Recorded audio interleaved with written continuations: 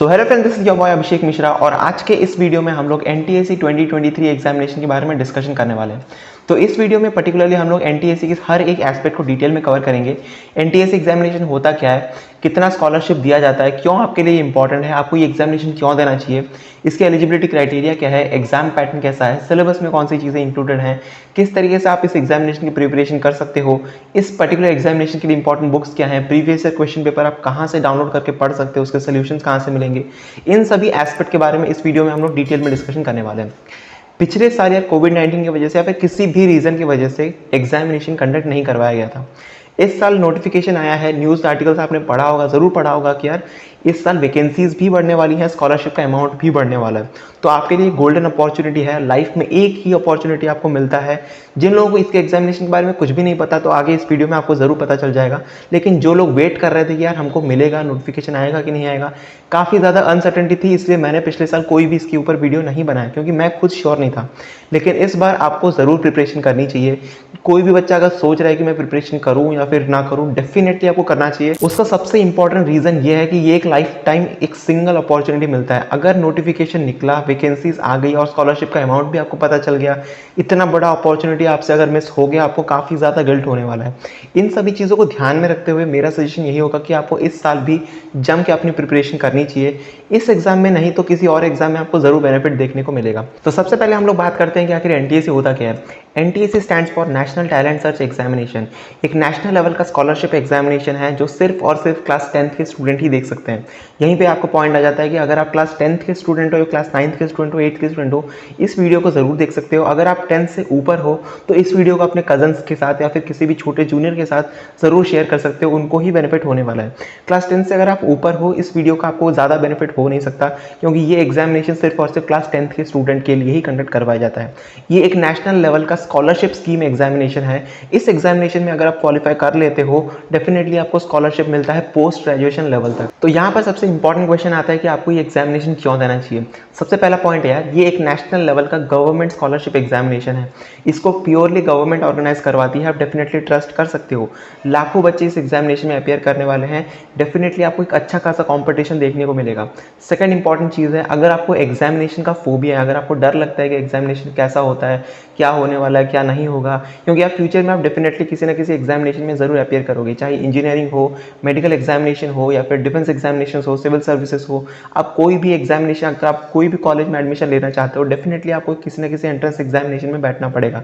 और अगर आप वहाँ पर बैठने से पहले अगर आपको फोबिया है, एग्जामिनेशन से डर लगता है, तो आपको डेफिनेटली इन सारे एग्जामिनेशन में बैठ करके अपने डर को भगाना बहुत ज़्यादा ज़रूरी है। थर्ड इंपॉर्टेंट पॉइंट है, आप इस एग्जामिनेशन की तैयारी करते हो। किसी भी एग्जामिनेशन में अगर हम अपियर करते हैं, उसकी प्रिपरेशन करते हैं, वो प्रिपरेशन हमको डेफिनेटली कई सारे एग्जामिनेशन में हेल्प करने वाला है। आप दूसरे किसी भी एग्जामिनेशन को ले लो, एसओएफ का आईएमओ होता है, एसओएफ का एनएसओ एग्जामिनेशन होता है, एनएसटीएससी एग्जामिनेशन होता है, कई सारे एग्जामिनेशंस होते हैं जहां पर अगर आप बैठते हो तो प्रिपरेशन आपको किसी एक एग्जामिनेशन में नहीं, मल्टीपल एग्जामिनेशन में ज़रूर हेल्प करने वाली है। इन सभी चीज़ों को ध्यान में रखते हुए मेरा सजेशन यही होगा कि आपको एनटीएससी एग्जामिनेशन का फॉर्म ज़रूर भरना चाहिए। डेफिनेटली आपको काफ़ी ज़्यादा फायदा देखने को मिलेगा। अगर हम लोग इस एग्जामिनेशन के एलिजिबिलिटी क्राइटेरिया के बारे में बात करें, सबसे इंपॉर्टेंट पॉइंट है, जैसा कि मैंने आपको बताया था, इस एग्जामिनेशन को सिर्फ और सिर्फ क्लास 10th का स्टूडेंट ही अपियर कर सकता है। सेकंड इंपॉर्टेंट पॉइंट है, आप किसी ना किसी रिनाउंड बोर्ड को बिलोंग करना जरूरी है। चाहे आप सीबीएसई से हो, आईसीएसई से हो, स्टेट बोर्ड को बिलोंग करते हो, किसी भी बोर्ड से, एक रिनाउंड बोर्ड से बिलोंग करना काफ़ी इंपॉर्टेंट चीज़ है। थर्ड इंपॉर्टेंट पॉइंट और सबसे इंपॉर्टेंट डाउट जो बच्चों के मन में आता है कि हम कहाँ से अपियर करें, क्योंकि स्टेज 1 आपका स्टेट लेवल पर होने वाला है। सो डेफिनेटली आपको कौन से स्टेट से आप अपियर कर सकते हो, ये जानना भी काफ़ी इंपॉर्टेंट चीज़ है। ध्यान से समझ लो यार, आप अपना 10th का बोर्ड एग्जामिनेशन जिस स्कूल से देने वाले हो, वो स्कूल जिस स्टेट में है, आपको उसी स्टेट से अपना एग्जामिनेशन देना है। होपफुली ये चीज़ अच्छे तरीके से क्लियर हो गई होगी। आप चाहे राजस्थान से हो, हरियाणा से हो, कहीं से भी हो, अगर आप राजस्थान का बच्चा मध्य प्रदेश में पढ़ता है, मध्य प्रदेश में वो 10th का बोर्ड एग्जामिनेशन देने वाला है, तो एनटीएससी का एग्जामिनेशन भी वो मध्य प्रदेश से ही अपियर करेगा। होपफुली ये चीज़ आपको अच्छे तरीके से क्लियर हो गई होगी, कोई भी डाउट नहीं होगा। तो अब हम लोग एनटीएससी के एग्जाम पैटर्न के बारे में डिटेल में डिस्कशन कर लेते हैं। तो एग्जामिनेशन आपका 2 स्टेजेस में कंडक्ट करवाया जाएगा। स्टेज 1 आपका स्टेट लेवल पर होगा, स्टेज 2 आपका नेशनल लेवल पर होगा। इस पर्टिकुलर वीडियो में हम लोग सिर्फ और सिर्फ स्टेज 1 के बारे में या फिर स्टेट लेवल के बारे में ही डिस्कस डिस्कशन करने वाले हैं।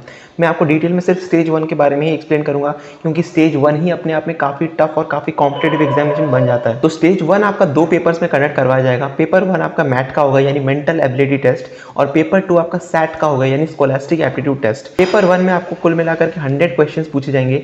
ईच क्वेश्चन कैरीज 1 मार्क्स, तो फुल मार्क्स यहाँ पर आपका 100 मार्क्स का होने वाला है, और इस पेपर को सॉल्व करने के लिए आपको 2 आवर्स का टाइम पीरियड दिया जाएगा। पेपर 2 में भी आपको 100 क्वेश्चंस पूछे जाएंगे। ईच क्वेश्चन कैरीज 1 मार्क्स, तो फुल मार्क्स भी यहाँ पर आपका 100 मार्क्स का होने वाला है। इस पेपर को सॉल्व करने के लिए भी आपको 2 आवर्स का टाइम पीरियड दिया जाएगा। होपफुली आपको एग्जाम पैटर्न अच्छे तरीके से समझ में आ गया होगा। अगर आप सिलेबस के बारे में डिस्कशन करें तो यहाँ पर अभी आपको स्क्रीन पर सिलेबस दिख रहा होगा। मेंटल एबिलिटी में आपको कंप्लीटली लॉजिकल रीजनिंग के क्वेश्चन ही पूछे जाएंगे। Verbal, non verbal, different topics आप डेफिनेटली देख सकते हो, और इस तरीके से आप अच्छे तरीके से मेंटल एबिलिटी की प्रिपरेशन कर सकते हो। सिलेबस समझना काफ़ी ज़्यादा ज़रूरी है। सिमिलरली स्कोलास्टिक एप्टीट्यूड टेस्ट यानी सैट के पेपर में आपको पेपर को कई सारे कैटेगरीज में डिवाइड कर सकते हैं, जैसे कि सोशल साइंस आता है, मैथमेटिक्स के क्वेश्चन आते हैं और साइंस के क्वेश्चन आते हैं। 100 में से कुल मिलाकर के अगर आप डिवाइड करना चाहें तो 40 क्वेश्चन साइंस के आते हैं, 40 क्वेश्चन अगर हम लोग सैट के पेपर को अच्छे से एनालिसिस करने की कोशिश करें तो अप्रॉक्सीमेटली 20 क्वेश्चंस आपके मैथमेटिक्स के होते हैं, 40 क्वेश्चंस आपके सोशल साइंस के होते हैं और 40 क्वेश्चंस आपके साइंस के होते हैं। होपफुली आपको एग्जाम पैटर्न अच्छे तरीके से समझ में आ गया होगा, सिलेबस अच्छे तरीके से समझ में आ गया होगा, क्योंकि इन चीज़ों को डिपेंड करता है हमारी प्रिपरेशन किस तरीके से होने वाली है। अगर ये सारी चीज़ें आपके क्लियर होंगे, डेफिनेटली आप अच्छे तरीके से क्रिस्टल क्लियर वे में अपनी प्रिपरेशन कर सकते हो। अब हम लोग इंपॉर्टेंट बुक्स और प्रिपरेशन स्ट्रैटेजी के बारे में डिस्कशन कर लेते हैं। सबसे पहले इंपॉर्टेंट बुक है, अगर आप मैथमेटिक्स की प्रिपरेशन करना चाहते हो, फर्स्ट प्रायोरिटी आपके एनसीईआरटी होनी चाहिए और उसके बाद आपको आर डी शर्मा कंप्लीट करनी है। अगर आप इतना कंप्लीट कर लेते हो, साथ ही साथ आपको प्रीवियस ईयर क्वेश्चन पेपर आप बना लेते हो, मैथमेटिक्स का प्रिपरेशन अच्छे तरीके से कर सकते हो। इसके अलावा अगर आप साइंस की प्रिपरेशन करना चाहते हो, फर्स्ट प्रायोरिटी आपकी एनसीईआरटी होनी चाहिए, या फिर आप जिस बोर्ड से बिलोंग करते हो उसकी अपनी टेक्स्ट बुक होनी चाहिए। उसके बाद आप किसी भी रेफरेंस बुक, जैसे कि आप एस चांद की किताब को फॉलो कर सकते हो, प्रदीप की किताबों को फॉलो कर सकते हो, कोई भी एक रेफरेंस बुक जरूर उठा सकते हो जहाँ पर आपको सिस्टमैटिकली सारी चीज़ें हो सकती हैं। मेरा ऑब्जेक्टिव यही है कि आपको एक सिस्टमैटिक तरीके से सारे के सारे नोट्स मिल जाएं। अगर आप नोट्स बनाने में एक्सपर्ट हो, अगर आपको पता है कि नोट्स कैसे बनाना चाहिए, आप सिर्फ और सिर्फ अपने टेक्स्ट बुक से ही नोट्स बना करके अपनी प्रिपरेशन कर सकते हो। आपको काफ़ी ज़्यादा बेनिफिट मिलेगा। प्लस एडिशनली आपको यहाँ पर प्रीवियस ईयर क्वेश्चन पेपर भी सॉल्व करना है। सोशल साइंस की बात कर लेते हैं। जैसे कि मैंने आपको बताया, फर्स्ट प्रायोरिटी आपकी खुद की टेक्स्ट बुक होनी चाहिए। सीबीएसई की हो, अपनी एनसीईआरटी बुक्स को पढ़ सकते हो, एनसीईआरटी या फिर स्टेट बोर्ड को, स्टेट बोर्ड की किताबें पढ़ सकते हो। इसके अलावा आपको प्रीवियस ईयर क्वेश्चन पेपर को भी करना है। इसके लिए कोई एडिशनल किताबें खरीदने की आपको बिल्कुल भी ज़रूरत नहीं है। यहाँ पर इंपॉर्टेंट काम आता है, आपको नोट्स बनाना ज़रूरी है। सोशल साइंस में नोट्स काफ़ी इंपॉर्टेंट रोल प्ले करते हैं, क्योंकि आपको सिस्टमेटिकली सारी चीज़ें याद आनी बहुत ज़्यादा ज़रूरी है। ये तो बात हमने कर ली एनसीईआरटीज़ की। अगर आप मेंटल एबिलिटी प्रिपरेशन करना चाहते हो, मैथ के एग्जामिनेशन की प्रिपरेशन करना चाहते हो, जो कि अकेले में पेपर 1 होता है, उसके लिए सबसे इंपॉर्टेंट किताब यार modern approach to reasoning, verbal and non verbal reasoning की किताब आती है। काफ़ी इंपॉर्टेंट किताब है। अगर आप उस चीज़ को खरीद सकते हो, खरीद लो। काफ़ी मोटी किताब है, ख़त्म कर सकते हो तो कर लो। इसके अलावा आर्यन की एक रीज़न की किताब आती है। मैं स्क्रीन पर दोनों की दोनों किताबें दिखा दूंगा, आप अच्छे तरीके से दोनों में से कोई भी पसंद हो ले सकते हो। सेकंड वाली किताब थोड़ी पतली है, डेफिनेटली आप कवर कर सकते हो। इसके अलावा प्रीवियस ईयर क्वेश्चन पेपर सबसे बेस्ट है। अगर आप बुक्स पे नहीं जाना चाहते हो, सबसे best way of preparation is previous year question paper. यहाँ पर इस चीज़ को काफ़ी ज़्यादा इंपॉर्टेंस देना जरूरी है। पेपर 1 के लिए अपने स्टेट के क्वेश्चन पेपर को डाउनलोड करो और प्रिपरेशन शुरू करो। काफ़ी इंपॉर्टेंट चीज़ है। 2-2 घंटे का पेपर लगा करके बैठ करके देखो कि आप पेपर दे सकते हो, नहीं दे सकते हो, कहाँ पर डिफिकल्टी आ रही है। टाइमर लगा करके बैठ करके अपनी प्रिपरेशन शुरू करो। सेकंड, जैसे कि मैंने आपको बताया था, अपने नोट्स काफ़ी ज़्यादा अच्छे तरीके से प्रिपरेशन करो, क्योंकि एग्जाम के लास्ट के 1 महीने में, 1 हफ्ते में 2 दिन पहले आपको नोट्स ही काम आने वाले हैं। इसीलिए नोट्स की प्रिपरेशन करना काफ़ी इंपॉर्टेंट रोल प्ले करता है। इन चीज़ों को ध्यान में रखते हुए आप अपनी प्रिपरेशन कर सकते हो।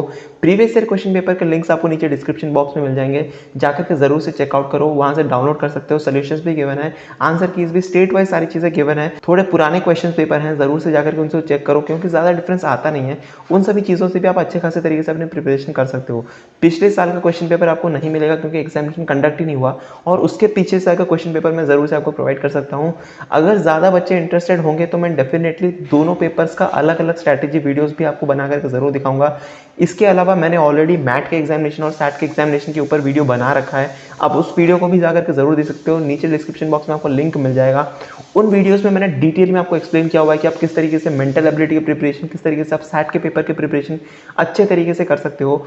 उन वीडियोस से, उन प्रिपरेशन से सिर्फ और सिर्फ एनटीएसी की नहीं, दूसरे कई सारे एग्जामिनेशन की प्रिपरेशन आप एक साथ में कर सकते हो।